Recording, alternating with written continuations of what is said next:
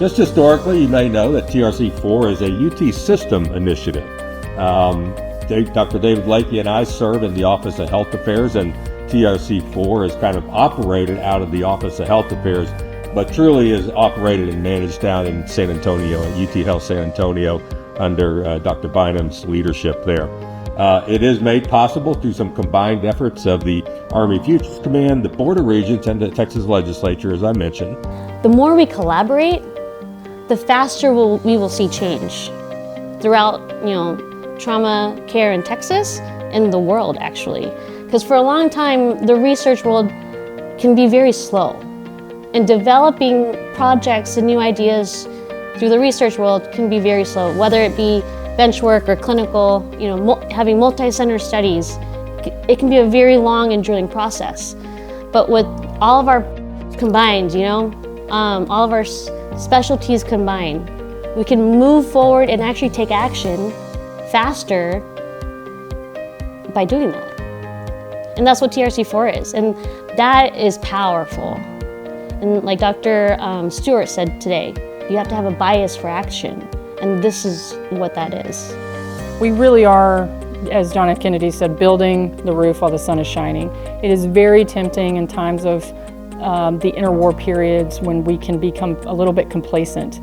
But the other challenge is this is a complex problem set we have for a national disaster medical system to take care of large combat scale operation influx of casualties.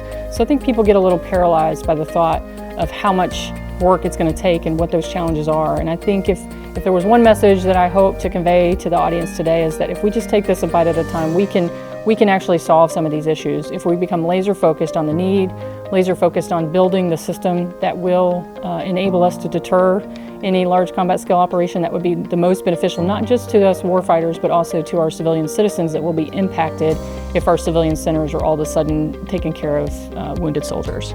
Trauma, patients, and violence itself is a public health problem. So be able to approach this from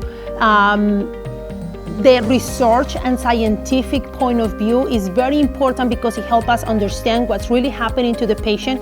And once we understand and we work with behavioral science, with public health, with the clinicians, all these collaboration really help us to come up with better strategies, to come up with policies that can help us address these patient issues in a more holistic approach.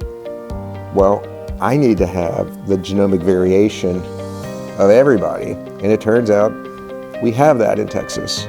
We've got this wide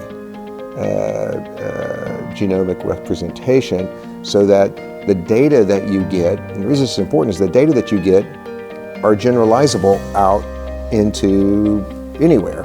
It's not just, oh yeah, we have this one little niche population and that may not really be representative of the rest of the United States or world, etc.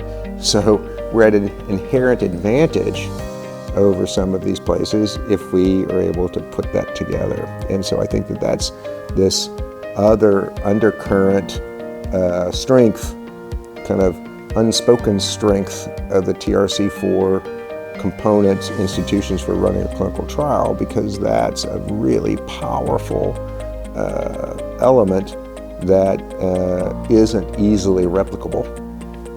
Everything they're doing is gonna make a difference. And when you hit those obstacles and challenges in your research and in your work, just to push through, like I've done in my life. Like I've pushed through all these challenges, losing my leg and doing a marathon. I've just pushed through and never give up. Don't give up, don't stop. Don't get caught up and hung up on the little stuff. And if you need some help, ask for help.